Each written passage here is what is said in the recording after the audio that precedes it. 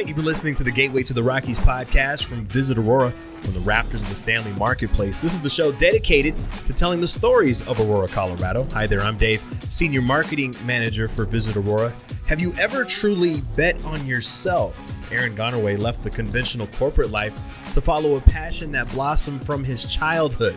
Texas Barbecue, his restaurant, Plates by the Pound Barbecue, is getting critical acclaim and attention nationwide. Aaron, thanks for taking the time today, man. Thanks for having me. Appreciate it, man. We got a co-host with us today. Yeah, I got my son today, man. So he's my road dog. So. What's your son's name? Ivan. Nice to meet you, Ivan. Thanks for coming on the podcast. Aaron, it all started with family. It started with Uncle Glenn. Tell us about Uncle Glenn. Uncle Glenn's my mom's brother, so that's like my uncle, father figure. My family's from Clarksville, Texas, and we kind of grew up country, like deep country, man. So we used to burn our trash, and as a kid, you kind of learn this cycle of life very fast, because one day you'll see an animal, next day you won't, and he was the first cowboy I ever met. First black guy I've seen wear cowboy boots proud. Wow. He was a man of God, family man, tough as nails, man. So definitely a father figure, hero, and all that. I read on your website he taught you how to clean squirrel. Oh, yeah, dude. We ate a lot of squirrel. Really? That's one of those squirrel, rabbit, coon. Funny story. They always told us everything was chicken just to get us to eat it. So they was like, oh, what is this? It's chicken. So as a kid, I thought every animal we ate was chicken. Right. Because that's the only way to get us to, if we knew what it was, we probably wouldn't eat it in their eyes. So we figured out this chicken's weird. There's more bones in this chicken than the last chicken. So it's kind of a running joke, me, my brother, and my cousin. So talk a little bit more about growing up in Clarksville, Texas. What was that like for you? Honestly, man, I was so young. I was young, but I was old enough to see like my family, how we didn't have a lot. And going to town was like a vacation. Like everybody got dressed up. My grandma put a wig on, her Sunday's dress, and we would go to Walmart, hit up the Piggly Wiggly, man, and just get the necessities, because that's one thing we didn't have, on my family's property, was everything. But what we had, we was grateful for. So it was very family, tight-knit. Everybody knew everybody, and it was just one of those things where you kind of appreciate what you had and what you have. How did you find yourself in Colorado and Aurora specifically? We moved back and forth a lot. Okay. So we would go down, move here, move back there, move here, move back there, and we found ourselves stuck here in the 90s. And my mom was an entrepreneur, and she had her own salon on the 5 Points. It was Laray's Barber and Beauty, okay. And that was way before the gentrification you see now in the 5 Point area in the early 90s. So, like so many, your job was affected when COVID-19 hit. You were working for the Arapahoe County Fairgrounds as an operations supervisor, and of course, no events means you shut down. Was that a turning point where you decided you really wanted to control your own destiny? It was and it wasn't. That job was the first job I got when I moved back to Denver. Mm-hmm. I lived in South Carolina for about a good year, and that's the first job I got. But it's one of those things where after working somewhere, like this is where I want to be, or this is where I not want to be. And it was one of those jobs where I was blessed to have a job, because I have kids, man. Yeah. So it was like you get used to the routine. But once COVID happened, we became a alternative care facility. So I would work 2 days a week and come home. So what do you have time to really start thinking about a lot of stuff? So I would come home every day with a new business idea. My wife thought I was crazy. Like, oh my gosh, what today? What now? And then one day she was like, once you start selling your barbecue. And I was like, I was totally against it, because if you look back on social media at that time, everybody was selling something online. Right. From hand sanitizers to chicken dinners to smothered burritos. So COVID really brought out the entrepreneur and hustler. What were some of those ideas that you had initially before you decided to sell your queue? Honestly, man, like sanitizing, going in these companies and just sanitizing because of COVID. So I was like, I can get a sprayer, get some chemicals, go in there and just spray down before and after, or like a cleaning company. That's kind of ideas I had. So like I'm very like, if I have an idea, it consumes me. So I'll be up all night researching, writing notes, and I would not sleep. And when she was like, babe, go to bed, babe, turn the TV off. And but my mind is always going. Was there any reservations about the barbecue in particular, in regards to getting into the food industry, or was it just the saturation of the market, or was it the scale that you would have to create? What were some of those barriers that you had to overcome? A lot of it was the saturation, because everybody's a barbecue expert today. Yeah. I don't care. You heard that story, man. Well, my husband makes the best ribs, or right. My grandmother makes the best this, but it's it could be boiled, it could be put in a crock pot, it could be baked, but to them it's the best. So I didn't want to be part of that conversation. And me being I wouldn't say a critic, but I know what barbecue should taste like. Purist. I'm a purist. Yeah. And so it's I may meet another purist out there like myself. So it's man, I just didn't want to get into politics of it. I just want to cook. And then she said, well, we're doing it. So she kind of deboed me, man. I was like, well, I guess. It's my business, punk. Pretty much. So I guess was damn, we are doing it. So that next weekend, we went to Sam's Club. I bought, 2 packs, which came with 4 slabs of ribs total. I got 2 briskets, a pack of sausage, made some beans and potato salad. And I literally text 25 of my friends that I knew would buy my barbecue, just to see if they'll do it. And it's yeah, put me down. And funny story, man, after we did it, my phone was dry for 2 hours. I'm man, they hated it. It was nasty. So I'm in my mind, really? So in my mind, I'm overthinking it. Okay. And then the next couple of hours, my phone's getting flooded. Mm-hmm. Hey man, that was the best barbecue I ever had in my life. Put me down for 3 more next week. Yeah. Hey, my neighbor had it. You doing it again? So I'm okay, all right, cool. So it became every weekend I'm off, I'm cooking barbecue out of my house. So did you find that initial success almost exclusively word of mouth? It was definitely word of mouth, because the cool part, I just didn't want people that knew I can cook. Yeah. I wanted to reach people that never had my food before. And thankfully, my buddy bought some plates for his neighbor as well. So from then, and I honestly tell people this all the time, you should never have to pay for marketing because you have social media in front of you. Right. If you know how to post correctly, if you're not afraid to post, if you don't, just do it. And that's how I started to get people to come to me, was through Instagram. No. And people will market for you on your behalf because they get so passionate for the product. Yep. And there's no greater cosign than a happy customer base that's saying, this is an amazing experience. This is not a paid for advertisement. I'm sharing with you this amazing experience that I had. I mean, you really can't even pay for that, even if you were going through a traditional marketing route. You can't. And I tell people this that's starting off, man, get to know your local food bloggers. Yeah. Because they're going to be your biggest advocate. And the funny story, they all hang out together. So if one of them tries your food, their friend's going to see who has 10,000 followers. Their friend's going to see who has 50,000 followers. So it's one of those things where it's hey, your food has to be good. They got to like it, but get to know them. Some of them do it for money. Some of them don't. Right. They want a free meal, but just be real with them, be cool with them. And shout out to Keith, the gourmet food guy. That was the first food blogger that I had interaction with. Yeah. And he came to my house because I was a little skeptical. But people I didn't know coming to my house to get food because, I was man, I don't know this guy. Right. But he came through, loved the food, posted it. And from there, I'm getting 50 more followers just because he liked my food. So, that's the best way, man, to get out there is get to know the local food bloggers in your area. You said in an article that, cooking is easy, but running a business is hard. What lessons have you taken since opening up your shop on Montview? Honestly, everybody ain't your friend. That's probably one of the first things, man. Business is business. And I think people get that confused a lot. Just because you know somebody don't mean they're your friend, especially when there's money involved. Right. Also, learning how to actually prioritize. You got to pay taxes every month. People think, oh my gosh, you make all this money. We're blessed, but we got to pay a lot of people too. Right. Every month, you got to pay sales tax. You got to pay state tax. And funny story, we never logged into our state tax account for months. We get a letter in the mail from the city of Aurora saying we owe $20,000. I'm whoa, hold on. Right. But that's what they estimate you to owe. You don't owe that. You just got to file what you owe based on what you made. But just learning how to take care of those things That way you don't get yourself in trouble. It appears your wife is very integral in your business endeavor. She's in the trenches with you, helping out with operations. It's got to feel good to build something like that with your family. It was hard at first, man. I ain't gonna lie, because I'm hard-headed, man. And like I said, if I have an idea, I'm going for it.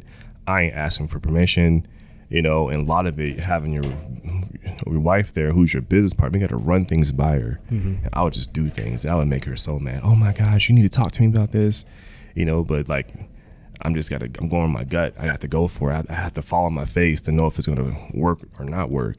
But I'm glad we did it before we got to the restaurant, because we built that foundation. Okay. I ain't gonna lie, man. We argued a lot. We disagreed. Like she said, well, I'm going to do this, and no, I'm going to do that. But you learn your place. Yeah. It's like, okay, her place, I'm bad with numbers. Even though I worked in finance for 13 years, like as far as like writing stuff down, I'm not a planner. Right. I'm just a person that's going to go and do it. My wife has a schedule. She keeps a schedule. My schedule is always messed up.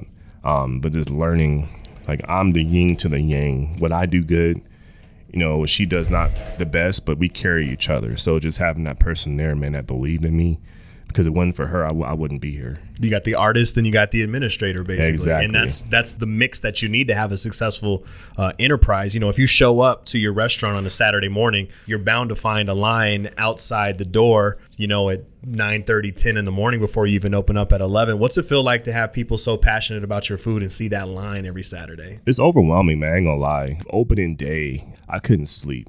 So I got to the restaurant like at 9 o'clock. And I was up from 9 o'clock until the next day. Yeah. And I'm just thinking about, man, who's going to show up? Who's going to be here? Because before we open, we got a lot of publicity. So in my mind, I'm like, okay, are people going to come just because they saw me in the Westward magazine? Right. Like, is my friends going to be there? So I didn't know what to expect. And my sister-in-law's sister came. I called my sister Fallon. Shout out to Fallon. She's like, bro, the line's down to the liquor store. Yeah. And if you saw Montview, where my restaurant's at, that's quite a stretch. Mm-hmm. She said it's wrapped around a corner. So I'm like freaking out, like, man, I didn't make enough food.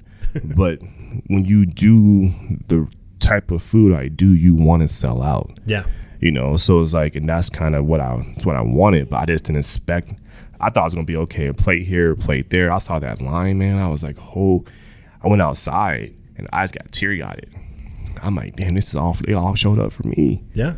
So it was definitely a blessing, man, to see that. So, and it's not a one-off. I mean, you continue to have lines to this day. I mean, you were gracious enough to invite me into your store unprovoked. We had just interacted online, and it was just maybe that Texas hospitality, like, hey man, come experience this for yourself. And I'm truly grateful for that. We witnessed the line right there. We felt kind of like VIPs because we were in there before you even opened up. So it wasn't just a flash in the pan. You continue to have that line because the food is that good. I think live, I focus on progress, not perfection. Yeah. And I think there's nothing that's perfect, but every cook you want to progress.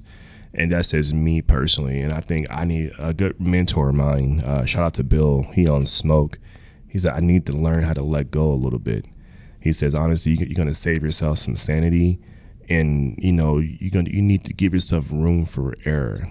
Everything can't be right, but like barbecue's a regimen. You gotta do this, you gotta do that. And I've learned to do what feels right, not learn to do, like, you can't just dot every I. I'm gonna miss a few I's, I'm gonna miss a few T's, but I gotta do what works best for me and what feels right. And to counter that, or at least to balance it, that attention to detail, that holding yourself to a high standard is what sets you apart, especially from a chain that's mass producing all the time. You're putting so much care and yourself into your food.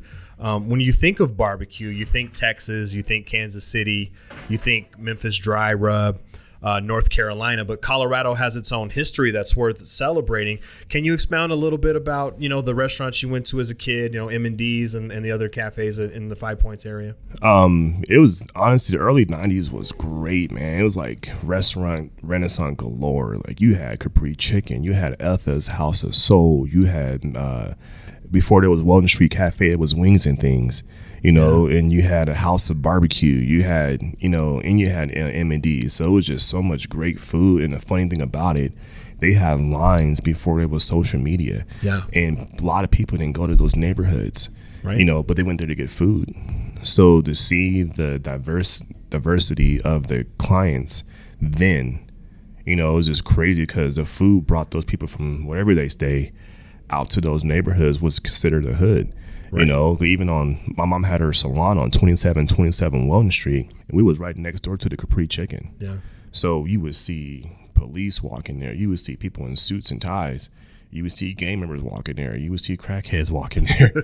So you saw everybody walking in, coming out with some chicken, coming out with some food. So it's just food it brings people together, man. And and even for myself, is people that I've met from so many backgrounds, man, it's just because of food. If I wasn't doing barbecue, I wouldn't have met a lot of people that I'm friends with today. It's that universal experience. We all need to eat, and we all want to eat good. Exactly. Beyond the history, there seems to be a community here today that supports each other. You talked about Bill, the owner of Smoke, and Jason of GQ Barbecue is also a friend of yours, for giving you that motivation, knowledge, and support. Am I right in that characterization? Is the barbecue community here in Colorado really supportive of one another? It's getting there. I think there's so many other cuisines here that outshines barbecue. Yeah. And that, there's so many transplants here that Denver will never be Texas. Right. Denver will never be South Carolina. Denver will never be North Carolina, but there's people here making some damn good food. But I'm never claim a region. Like, even though I'm from Texas, I just make barbecue. Yeah. Because I don't want to put myself in that box, because you may have that one person who's a purist. This is not real Texas barbecue. Right. But the funny thing, Texas is a big state. Yes, it is. If you go to Austin, great. But go out to Longview, go out to Houston. Some spots in the Burns Barbecue in Houston looks nothing like Franklin's Barbecue. If you go to Carter's Barbecue in Longview, it looks nothing like, Truth Barbecue. It's just barbecue is man versus fire, and, tradition. There's so much into it. If you go down the South, there's barbacoa, Tex-Mex. There's just so many different styles of barbecue that makes Texas what it is. And Aaron Franklin's doesn't define Texas, so there's so many styles, so many influences. There's a lot of Hispanic guys in Texas doing great things. You got Valentina's Barbecue. You have Panther City Barbecue. My guy Joe in Grand Prairie. You have Zavala's. They're putting their culture and their flair onto it. So you got to respect that, man. So there's so many culture influences in barbecue. It's not just Central Texas. You received the Kingsford Preserve the Pit Fellowship grant last year. Westward is giving you awards. The Denver Post is giving you praise. Are you surprised by that media attention that has come your way in the last year in particular? Man, I wish I didn't get it so fast, because you kind of get good business, you get bad business. You get people that wants the wrong things from you. And I honestly, when I applied for that Kingsford grant, I never thought I would get it because I'm in Denver. So it's like, they don't really, they don't probably see a huge black influence of barbecue in Denver. Right. So when I got the grant, I saw the email and I said, thanks for applying. And I wasn't going to read no more. I forget this. And I said, hold on, I saw a dollar sign. So I scrolled down. I was like, oh, I got $7,000. I was like, oh, man. First I called my wife, like, baby's got $7,000 from Kingsford. Just stop lying. So I did a screenshot, showed her. And that kind of, it didn't help my business, man, but it helped me meet people outside of Denver. I got a lot of friends, man, that I became my brothers in smoke. I got Kevin Bledsoe's number. I chat with him every once in a while. I know you know who that is. He's a judge on American Barbecue Showdown, one of the Kingsford mentors. Brian Furman from Furman's Barbecue reached out to me. Just that mentorship outside of Denver that I've gotten, man. And like with the Westward thing, like somebody wrote a comment, was like, did you pay them to get the awards? I didn't pay nobody. Right. People like the food, and that's kind of the hate. I told my wife, I wish I opened up a chicken restaurant and not a barbecue restaurant, because you don't hear nobody hating on KFC or hating on Popeyes, man. So it's like, I just want to do what I do, but love what I do. But when you get a certain degree, the hate comes, and I gotta learn to. I'm sensitive, man, because I'm so passionate. Yeah. So I want people to be as passionate as me about it. So that's kind of why at first it bothered me, but now it's like, and I'm learning just to brush it off. You do demonstrations sometimes. You cater large events. Do you feel like you're an emerging leader in the culinary scene here in Colorado? I feel like there's nobody who looks like me that does barbecue, and I think that's the biggest catcher. You don't see a lot of African Americans owning a restaurant, so to me, I take that role seriously because I want to influence the next black kid out there who, you ain't gotta always be a doctor, you ain't always gotta be a lawyer, you always gotta, you can own a business if you like cook and do this. So there's so many things, I think you can influence the next kid, somebody who looks like you, to like, man, I want to do like what that guy does. Because it's kind of cool at the at the barbecue festival. I had like a vendor's badge, and this little kid's like, oh, he must be famous.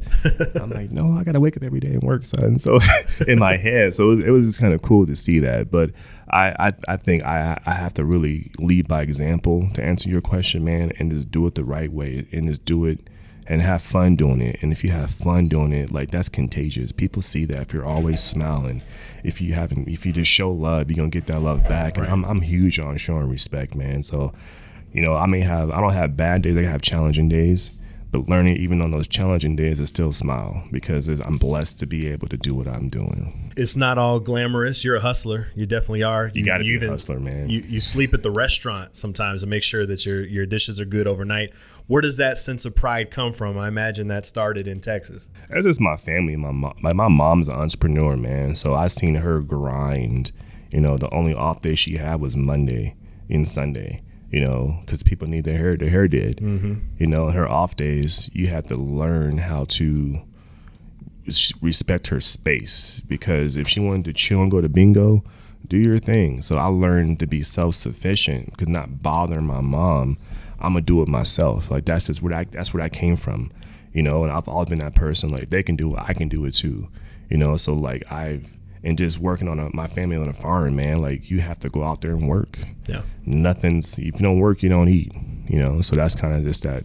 It's in my blood, man. Aaron brought me a beautiful gift today. I'm holding in my hand a bottle of his signature sauce. The bottle looks incredible, super professional. Where can we find these bottles, and what was that process like, getting your sauce bottled? It was a long process, to be honest, man. I didn't know you can do a lot of stuff out of your house. Yeah. There's an act called the Heritage Act, where you can, like, if you can food or pickle stuff, or make baked goods, you could do it out of your home. But to be serious, you gotta contact the co-packing company. You gotta contact a legit labeling company. So, it's definitely was an investment. It took longer than I wanted it to take, but I'm glad I took that route, because when people come, people are label readers now, man. Yeah. And people asked me before, how much sugar's in your sauce? Is it gluten-free? What kind of products you use? Now you can look at the back of it and see it, because during the whole phase, is your recipe, but it's their ingredients. Okay. So you have like test phases, and then once I approve their ingredients with my recipe, it goes off to a lab, and then that's when they test the acidity. It has to have a certain acidity pH for shelf life, and then they break down all the nutrient stuff, man. So and then I had to go to a site called gs1.com to get a barcode. I have a hot and I have a regular, so I have to get a barcode for each one. So part of the labeling, to get it in stores, you have to have a barcode. Right. It has to be co-packed from a FDA approved facility. So like I said, it costs money, but man, you're gonna be glad you did it. Where can we pick up bottles of your sauce? I have it at my restaurant. Okay. I have it at Proud Souls, Okay. Both their stores. So okay. The meat's incredible. You make all your sides from scratch as well. What are some of your favorite offerings there? Honestly, man, the sides help me become, give you part of my childhood. Like my grandma's green beans, my mom's, greens, or my mom's, potato salad. So that's where I learned how to cook the sizes from my mom. So I love my potato salad, man. It's not like lumpy. It's very smooth. I love my collard greens. Yeah. I make good pinto beans. I think I do pretty decent, but I'm learning that not many people know what soul food is. Yeah. So they're curious to want to try it. So it kind of helps me get those customers who I never had collard greens before. Yours are great. How do you make it? So it's kind of cool to give them a taste of my childhood, and they can, taste that and take it with them, try it at home themselves. I had customers say, hey, I tried to make the collard greens at home. They don't taste good as yours. What am I doing wrong? So it's kind of cool to see that go from my restaurant to their kitchen. I admit I watched dumb reality TV shows. I used to watch the Barbecue Pitmaster show. Barbecue's so intriguing to me because it's quintessentially American in a lot of its styling. It's a working man's food, but there's real care and skill that goes into doing it right. What's the most important thing when it comes to smoking or grilling a piece of meat? Patience. I think you just got to have patience, man. Barbecue takes time. So you have to tell yourself, do you want to rush it or do you want it to come out right? And the meat will tell you when it's done. So I've had to learn to train my hands because I cook by feel. I don't cook by temperature. That's how my uncle did it. So back in the day, he didn't have a fancy rig with the gadgets that you plug in and it will tell you he can be asleep and wake him up when it's certain temperature. It's so much crazy stuff out there now, but you have to learn to train your hands. Like, okay, it feels great. Pull it now. Train your eye. Look for color. Look at the smokestack. Is my smoke coming out too rough? Is it coming out just right? So that's going to tell me if I have to really, work that pit, add more wood, get my shovel, mix it up a little bit, break it up. So barbecue's about fire management, patience, and definitely learning how to train your eyes, your hands, and your nose, just learning how to just look out for those things. I would say this is one of Aurora's best kept secrets, but the secret is out. Congratulations, Aaron. We wish you nothing but success. Thank you, man. It's a pleasure being on your show, David. And like I said, whenever you have more time and come out and see the experience, man. And I thank everybody that's been rocking with me since selling food at my house. Visit them at platesbythepoundbarbecue.com.